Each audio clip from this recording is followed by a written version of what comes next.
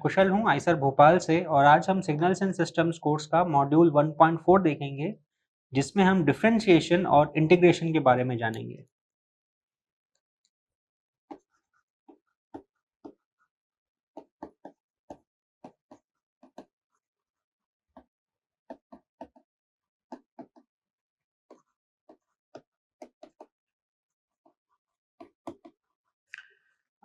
तो जैसा कि हमने पिछले मॉड्यूल में देखा कि काफ़ी सारे ऐसे फंक्शंस होते हैं जिनका लिमिट्स निकालने के लिए हमें डिफरेंशिएशन के कॉन्सेप्ट को यूज़ करना होता है। और डिफरेंशिएशन क्या होता है? Rate of change. यानी कि हमारा हमारा अगर कोई फंक्शन है एफ ऑफ एक्स, तो एफ ऑफ एक्स अगर कांस्टेंट है, सपोज हमने ये ड्रॉ किया एफ ऑफ एक्स, और एफ ऑफ एक्स अगर कांस्टेंट है तो ऑब्वियसली एफ ऑफ एक्स का रेट ऑफ चेंज 0 होगा हर एक्स पे। लेकिन अगर एफ ऑफ एक्स अगर कांस्टेंट नहीं है, अगर वो वेरी कर रहा है कुछ किसी भी आर्बिट्ररी तरीके से, तो हर पॉइंट पे उसका रेट ऑफ चेंज भी चेंज हो रहा है। क्योंकि जैसा कि हम देख सकते हैं कि किसी पॉइंट पे वो बढ़ रहा है, किसी पॉइंट पे वो डिक्रीज हो रहा है, कहीं पे वो इंक्रीजिंग से डिक्रीजिंग पे चेंज हो रहा है। तो हर पॉइंट पे जो एफ ऑफ एक्स का जो रेट ऑफ चेंज है वो भी चेंज हो रहा है। तो इस रेट ऑफ चेंज को कैलकुलेट कैसे किया जाए?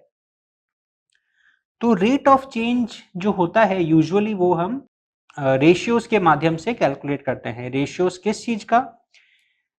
इसका एक छोटा सा एग्जांपल देते हैं एक स्ट्रेट लाइन के माध्यम से। सपोज हमारा कोई अगर फंक्शन है जो कि एक सिंपल स्ट्रेट लाइन है, सपोज ये हमारा टाइम है और ये है हमारा डिस्टेंस। तो suppose distance as a function of time as a straight line अगर चेंज हो रहा है और मैं आपसे पूछूं कि इसका रेट ऑफ चेंज क्या है, सो जैसा कि हम जानते हैं बेसिक फिजिक्स से कि जो rate of change of displacement होता है उसे वेलोसिटी कहा जाता है। तो इस सिस्टम की वेलोसिटी में अगर आपसे पूछूं तो आप कैसे निकालेंगे? आप लेंगे कि किसी भी एक टाइम t1 पे आप देखेंगे कि उसका डिस्प्लेसमेंट कितना था, d1।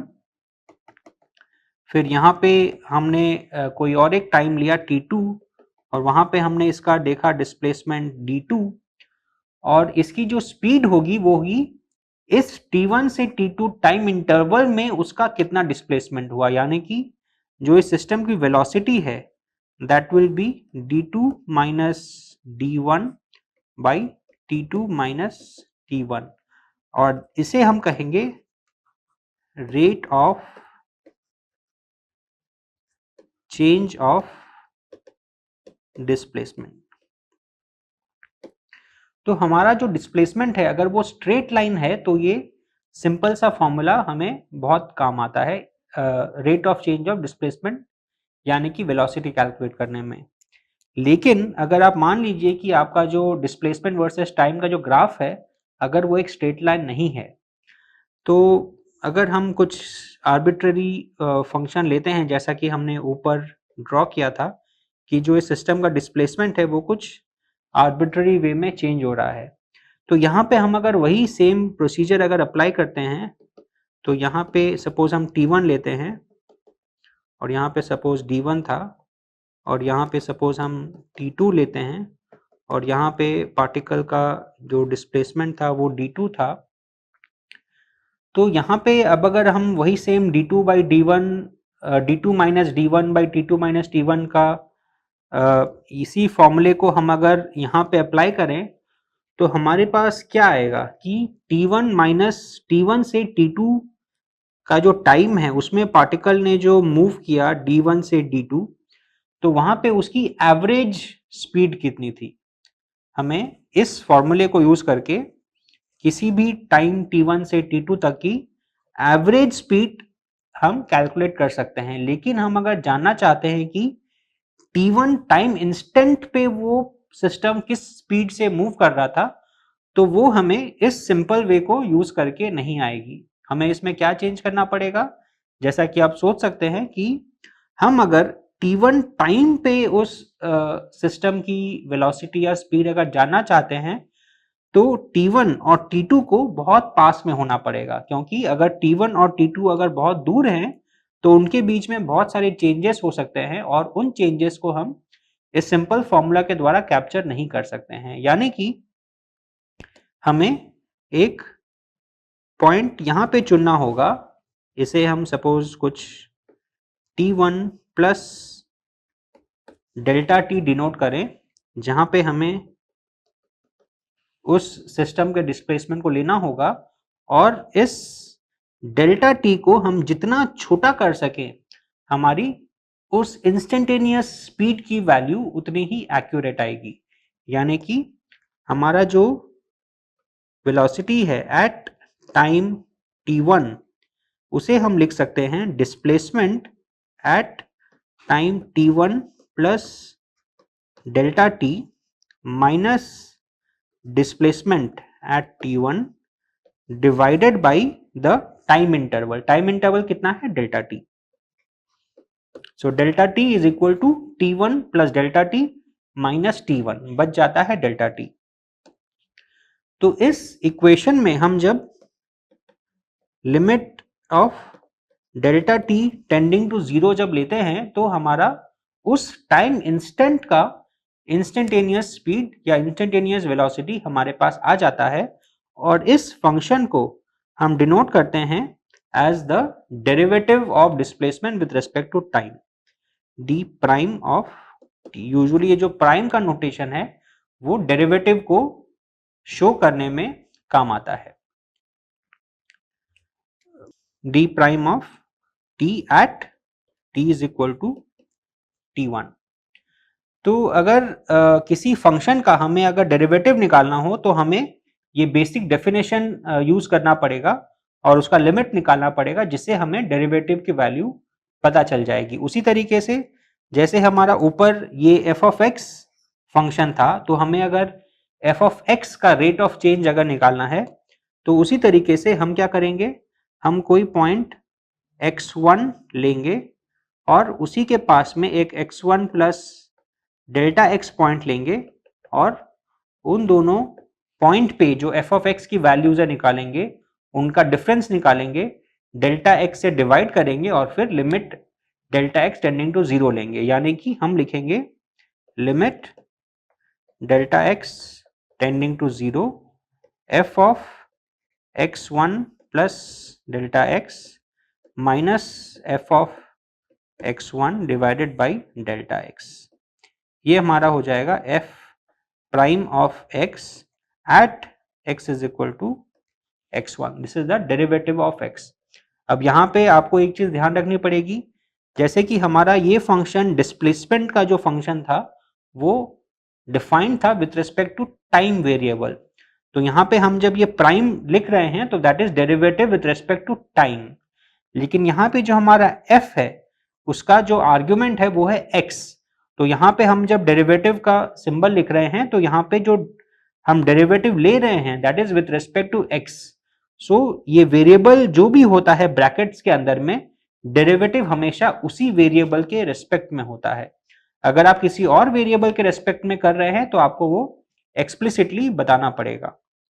और वो एक्सप्लिसिटली कैसे बताया जाएगा, तो ये हमारा जो f प्राइम ऑफ x है इसे आप df बाई dx भी लिख सकते हैं। ये अलग तरीका है डेरिवेटिव को डिनोट करने का। तो आइए देखते हैं कुछ सिंपल फंक्शंस के लिए ये डेरिवेटिव कैसे कैलकुलेट किया जाता है। तो जैसा कि हमने देखा पिछले पेज में कि अगर हमें f prime of x calculate करना है यानी कि df बाई dx, तो हम इसे कैलकुलेट कर सकते हैं लिमिट के द्वारा, limit of delta x tending to 0 f of x plus delta x minus f of x divided by delta x। तो हम अगर एक सिंपल फंक्शन अगर लेते हैं suppose sine of x, so if f of x is equal to sine of x, तो हमारा df by dx will be equal to limit delta x tending to 0 sin of x plus delta x minus sine of x divided by delta x. अब यहाँ पे हमें पता है कि sine A minus sine B का जो formula होता है उसको यूज करके हम इसे सिंप्लीफाई कर सकते हैं। तो हमारे पास आएगा limit of delta x tending to 0। अब sine of A minus sine of B का फॉर्मूला हम अगर इस्तेमाल करेंगे तो ये बन जाएगा 2 cos of x plus delta x plus x by 2 into sine of x plus delta x minus x by 2 whole thing divided by delta x. तो अब यहाँ पे हमारा ये x और ये x कैंसिल हो जाएगा, और लेकिन ये यहाँ पे जो x है और यहाँ पे जो x है वो ऐड होके 2x हो जाएगा, यानी कि this will be equal to limit of delta x tending to 0 two cos of x plus delta x by 2 into sine of delta x by 2 divided by delta x। अब हम थोड़ा सा इसको अलग तरीके से लिख सकते हैं कि यहाँ पे जो 2 है उसको हम नीचे ले जाके डेल्टा x बाई 2 लिख सकते हैं। तो हम यहाँ पे इस 2 को इरेज कर देते हैं और यहाँ पे हम डेल्टा x बाई 2 लिख देते हैं। अब हमारा ये जो लिमिट है इसे कैलकुलेट करना बहुत आसान है। अगर डेल्टा x को हम अगर 0 सब्स्टिट्यूट करते हैं यहाँ पे तो कोई दिक्कत नहीं है, क्योंकि x प्लस 0 अगर करेंगे तो बच जाएगा x, यानी कि ये जो टर्म है इसमें हम अगर लिमिट लगाएंगे तो वो हो जाएगा cos ऑफ x। अब बात रही इस टर्म की, तो यहाँ पे अगर हम डेल्टा x को अगर 0 सब्स्टिट्यूट करते हैं तो ये 0/0 इनडिटर्मिनेट फॉर्म में आ जाता है। लेकिन जैसा कि हमने पिछले वीडियो में देखा कि इस लिमिट की वैल्यू हम पावर सीरीज को यूज करके कैलकुलेट कर सकते हैं, और हम अगर ऐसा करते हैं तो इसकी वैल्यू हो जाती है 1, यानी कि इस प्रोडक्ट का जो फाइनल लिमिट है वो हो जाएगा equal to cos of x, यानी कि d by d x of sine x is equal to cos of x। और ये जो तरीका हमने अपनाया डेरिवेटिव निकालने का, इसे कहते हैं फर्स्ट प्रिंसिपल्स अप्रोच।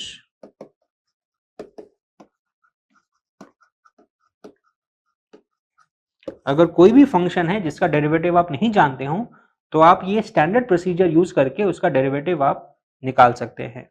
अब हम अगर sin x की जगह अगर cos x ले तो मैं डिटेल डेरिवेशन में नहीं जाऊंगा, वो आप खुद से कीजिए, इससे आपकी प्रैक्टिस भी होगी। अगर हम d by d x of cos x करते हैं तो उसका जो डेरिवेटिव है वो आएगा माइनस साइन x। इसे भी निकालना बहुत आसान है, और एग्जैक्टली यही प्रोसीजर जो हमने ऊपर किया है इसी प्रोसीजर को यूज करके आप इसका डेरिवेटिव निकाल सकते हैं। अब जो डेरिवेटिव होता है उसके साथ में एक और कॉन्सेप्ट एसोसिएटेड होता है जिसे कहते हैं इंटीग्रेशन, जो कि डेरिवेटिव का एक तरह से ऑपोजिट होता है। अब ये कॉन्सेप्ट क्या होता है? इस कॉन्सेप्ट का बेसिक मतलब यही है कि सपोज हमने कोई एक फंक्शन लिया, सपोज f ऑफ x, और उसको हमने डिफरेंशिएट किया या उसका डेरिवेटिव लिया, और डेरिवेटिव लेने के बाद में ये बन गया फंक्शन g ऑफ x, यानी कि f ऑफ x से g ऑफ x पे जाने के लिए हमें डिफरेंशिएशन करना पड़ा।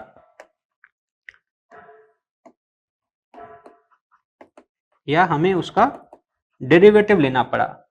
इसकी जगह पे सपोज हमें g ऑफ x दिया जाए और हमसे पूछा जाए कि वो कौन सा फंक्शन है जिसको डिफरेंशिएट करने से हमें g ऑफ x मिलता है, तो इस प्रोसेस को कहते हैं इंटीग्रेशन।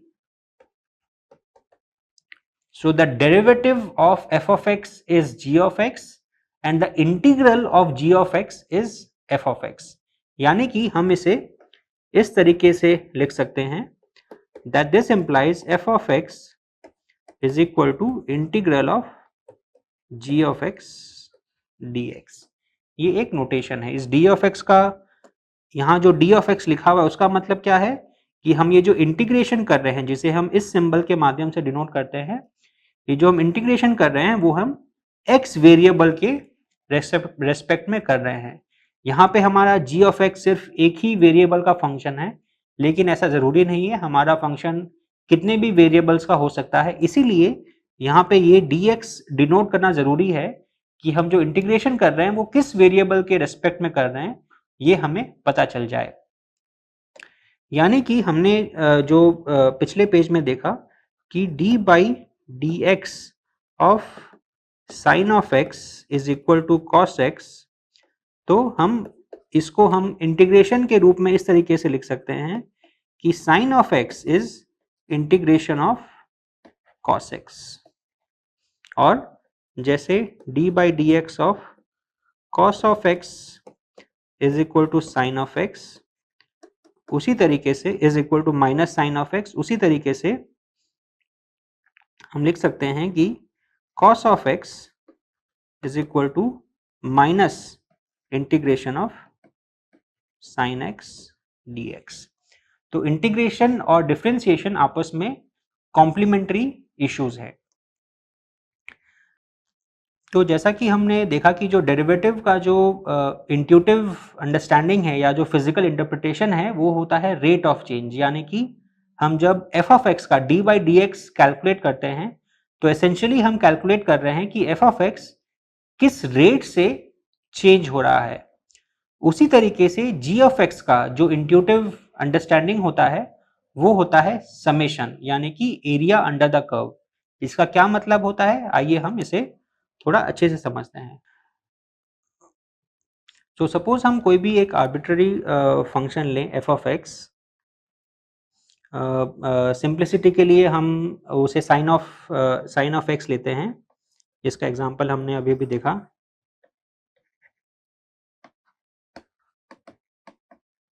तो साइन ऑफ x फंक्शन 0 से शुरू होता है, इंक्रीज होता है 1 तक, फिर 0 पे जाता है, फिर डिक्रीज होके फिर इंक्रीज होके 0 पे आता है, फिर इसी तरीके से वो ऑसिलेट करता रहता है।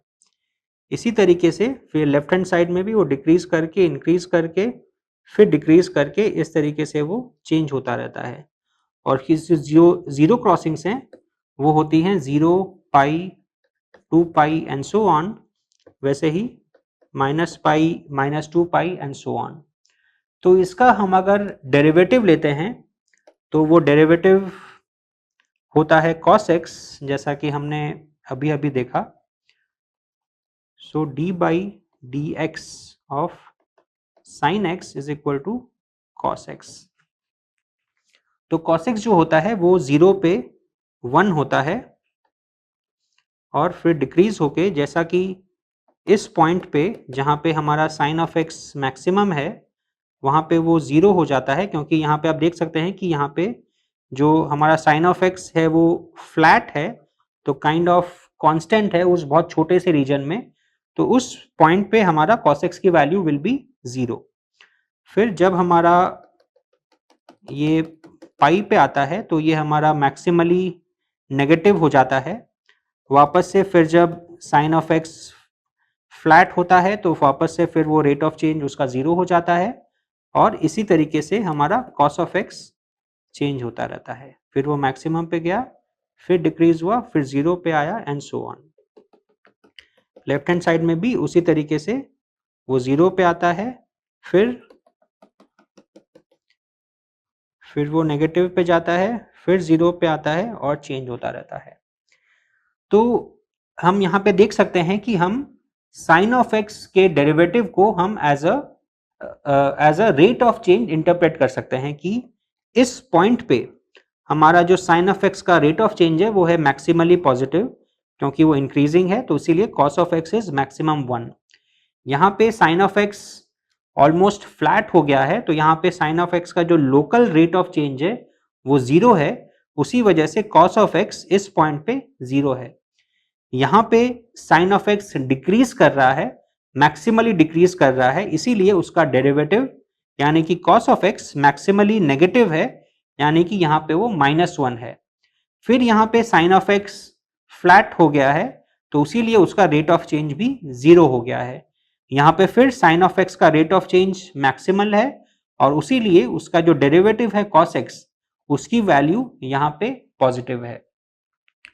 तो जो डेरिवेटिव है उसका जो इंट्यूटिव इंटरप्रिटेशन या फिजिकल इंटरप्रिटेशन है वो है रेट ऑफ चेंज। उसी तरीके से आप देखते हैं कि जो इंटीग्रेशन होता है उसका फिजिकल इंटरप्रिटेशन या इंट्यूटिव इंटरप्रिटेशन क्या होता है। अब वापस से इसको समझने के लिए हम वेलोसिटी का कॉन्सेप्ट यूज कर सकते हैं कि जैसे कि हमारे पास अगर कोई सिस्टम है जो कि टाइम के साथ में मूव कर रहा है, तो उस सिस्टम का जो डिस्प्लेसमेंट है वो हम मेजर कर सकते हैं और rate of change of displacement से हम वेलोसिटी निकाल सकते हैं। तो सपोज हमने कोई भी एक सिस्टम लिया जिसका डिस्प्लेसमेंट है सम फंक्शन डी ऑफ टी और उसका डेरिवेटिव निकाल के हमारे पास उसका वेलोसिटी आ गया। तो हमारे पास अगर डिस्प्लेसमेंट फंक्शन है तो उसका हम वेलोसिटी निकाल सकते हैं, बट सपोज हमारे पास अगर वेलोसिटी फंक्शन दिया हुआ है तो उससे हम डिस्प्लेसमेंट कैसे निकालेंगे। सपोज हमने वेलोसिटी फंक्शन को प्लॉट किया, सपोज वेलोसिटी इस सिस्टम का कुछ इस तरीके से है, तो जो इस सिस्टम का जो नेट डिस्प्लेसमेंट होगा वो होगा displacement taken over many consecutive intervals. Suppose हम यहाँ पे एक छोटा सा एक इंटरवल लेते हैं और हम पूछते हैं कि इस इंटरवल पे उस सिस्टम का डिस्प्लेसमेंट कितना है। सपोज ये पॉइंट है सम t1 और ये पॉइंट है t1 प्लस डेल्टा टी। तो अगर हमारा ये टाइम इंटरवल बड़ा है तो उससे प्रॉब्लम क्या है कि उस टाइम इंटरवल पे उस सिस्टम की वेलोसिटी चेंज होती रहेगी। लेकिन हम अगर इस टाइम इंटरवल को इतना छोटा लें कि उस टाइम इंटरवल पे उस सिस्टम की वेलोसिटी को हम ऑलमोस्ट कांस्टेंट मान सकते हैं, तो उस टाइम इंटरवल पे जो उस सिस्टम का डिस्प्लेसमेंट होगा वो होगा वेलोसिटी इनटू टाइम, यानी कि the displacement of the system at t1 plus delta t minus the displacement at t1, this is equal to v at t1 into delta t। अब ये हमें पता ही है क्योंकि हमें पता है कि हम अगर दोनों साइड को डेल्टा टी से डिवाइड करेंगे और limit delta t tending to 0 लेंगे तो हमको वेलोसिटी मिल जाएगी उस पॉइंट पे। तो उसकी जगह पे हमने डेल्टा टी को राइट हैंड साइड पे ले लिया है, जिससे हमें उस छोटे से इंटरवल पे सिस्टम का डिस्प्लेसमेंट कितना चेंज हो रहा है वो हमें पता चले। तो जैसा कि हमने देखा कि हम अगर दो टाइम पॉइंट्स लें जो कि बहुत पास पास प्लेस्ड हैं, तो उस छोटे से डेल्टा टी टाइम इंटरवल पे उस सिस्टम का डिस्प्लेसमेंट जो चेंज हो रहा है उसे हम कैलकुलेट कर सकते हैं just by multiplying the velocity with delta t if delta t is small enough। लेकिन हम अगर इस सिस्टम का डिस्प्लेसमेंट अगर एक बड़े टाइम इंटरवल पे कैलकुलेट करना चाहते हैं, सपोज हम अगर दो पॉइंट्स लेते हैं t1 और दूसरा पॉइंट लेते हैं यहाँ पे t2 which is very far away, तो यहाँ पे हम ये सिंपल फॉर्मूला यूज नहीं कर सकते हैं क्योंकि इस टाइम इंटरवल पे इस सिस्टम की वेलोसिटी चेंज हो रही है। तो हम अगर वेलोसिटी को टाइम इंटरवल से मल्टीप्लाई करते हैं तो हम कौन सी वेलोसिटी लें वो क्लियर नहीं है। तो यहाँ पे हम क्या कर सकते हैं कि हम इस t1 से t2 का जो टाइम इंटरवल है उसको हम बहुत सारे छोटे छोटे टाइम इंटरवल्स में ब्रेक कर सकते हैं, यानी कि t1 प्लस डेल्टा टी तो हमने लिया ही था, फिर t1 plus 2 delta T, t1 plus 3 delta T, t1 plus 4 delta T and so on. ऐसा करते करते हम t2 तक जा सकते हैं, यानी कि हम t1 से t2 के टाइम इंटरवल को n स्मॉल टाइम इंटरवल्स में ब्रेक कर सकते हैं। तो हम अगर उसको n टाइम इंटरवल्स में अगर ब्रेक करेंगे तो हमारे पास आएगा that d of t2 minus d at t1 will be equal to the difference of displacements at each of these small time intervals, यानी कि d of t2 minus d of t2 minus delta t plus d of t2 minus delta t minus d of t2 minus 2 delta t and so on up to d of t1 plus delta t minus d of t1। तो हम देख सकते हैं कि ये जो हमारा जो टोटल डिस्प्लेसमेंट है इसको हम एक साथ कैलकुलेट करने के बजाय हम इस तरीके के छोटे छोटे इंटरवल्स में उसको ब्रेक कर सकते हैं और ईच इंटरवल का जो डिस्प्लेसमेंट का डिफरेंस है वो हम अब इस फॉर्मूला को यूज करके कैलकुलेट कर सकते हैं, क्योंकि हमने डेल्टा टी को बहुत छोटा अज्यूम किया हुआ है। यानी कि हम इसे लिख सकते हैं v of t2 minus delta t into delta t plus v of t2 minus 2 delta t into delta t plus so on plus v of t1 into delta t। तो अब हमारे पास क्या आ गया कि क्योंकि हमने इस पूरे इंटरवल t1 से t2 को बहुत सारे छोटे छोटे इंटरवल्स में ब्रेक कर दिया है और डेल्टा t को हमने बहुत छोटा रखा है, तो टोटल जो डिस्प्लेसमेंट का डिफरेंस है उसे हम छोटे छोटे डिस्प्लेसमेंट के डिफरेंस के रूप में लिख के फाइनली ऐड करके हम उस आंसर को निकाल सकते हैं। अब ये क्या होगा, so this is equal to summation of v of ti into delta t where I is going from 1 to capital N, क्योंकि हमने इसे कैपिटल N इंटरवल्स में हमने इसे ब्रेक किया हुआ है। और अभी हम अगर डेल्टा t को बहुत छोटा अगर लेते हैं, टेंडिंग टू 0 अगर लेते हैं, यानी कि हमारा कैपिटल N अगर इन्फिनाइट अगर हो जाता है तो इन दैट लिमिट ये जो समेशन है बन जाएगा हमारा integration. So in this limit n going to infinity or delta t going to 0, this summation becomes integration of v of t with respect to dt going from t1 to t2। और यहाँ पे आप देख सकते हैं कि ये जो इंटीग्रेशन है that is essentially nothing but area under the curve. ऐसा क्यों? क्योंकि ये जो छोटा सा जो रीजन है t1 से t1 प्लस डेल्टा t का, वहां पे हमने v of t1 into delta t calculate किया, यानी कि हम इसे एक छोटा सा एक रेक्टेंगल मान सकते हैं जिसका जो एक साइड का लेंथ है वो है डेल्टा t और दूसरे साइड का लेंथ है v ऑफ t1। तो हम अगर एक रेक्टेंगल के दो साइड्स के लेंथ को अगर मल्टीप्लाई करते हैं तो हमें उस रेक्टेंगल का एरिया मिल जाता है। वैसे ही ये जो क्वांटिटी है v of t2 minus delta t into delta t, वो क्या होगा कि हम t2 के पास में एक छोटा सा हम एक रेक्टेंगल बनाते हैं, तो इस रेक्टेंगल का जो एरिया है वो रिप्रेजेंट करता है v of t2 minus delta t into delta t।